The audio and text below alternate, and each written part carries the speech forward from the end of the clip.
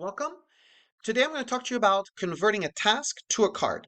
So this is a card, as it says, and if you open it, you'll see that there's two tasks. The first one is a task, and I'm fine with it. I'll assign myself as the owner. I'll put a due date of tomorrow. I can put in my focus. I can do a whole bunch of stuff, including this little icon here that I'll show you in 1 second. So the first task, it's just fine. I want to keep it as a task. But the second one, I started as a task and now I'd like to convert it because this is really a card. As soon as you click this option, all the defaults give you everything you need. You pretty much have to follow the instructions and decide if you want to make any changes.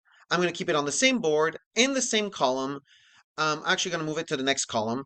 I'm going to not use one of my card templates, but I could. So that would save me time if I had a template that would be useful to use as I convert it to a card.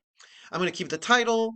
I'm going to change the color so that it looks different on the board in a second. And this is the key.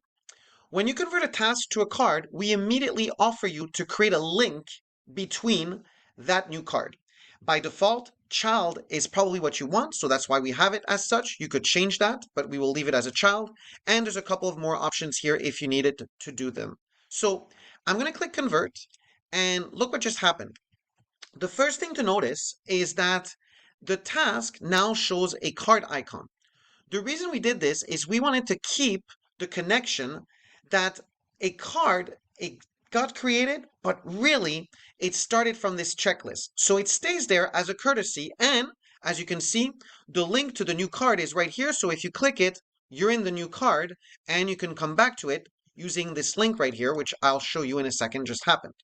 So converted tasks remain in your checklist. You could delete them to remove them, but if you keep them there, it's just a good indication that you used to have a task that's now a card.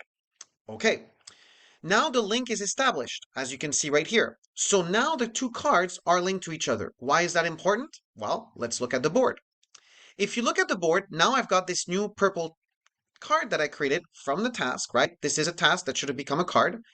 And I'm now going to move it. As you can see, the line right here is yellow because this is a yellow column, but if I move it into an orange column, then it's orange. And if I move it to a done green column, it becomes green. So the idea is that you still have the task on this card and you can complete that one too. But the concept is that it's very easy to convert between a task and a card. I hope you enjoyed this one. It was a quickie, but it was one to show you what I think is a feature that will save you a lot of time. Thank you for watching.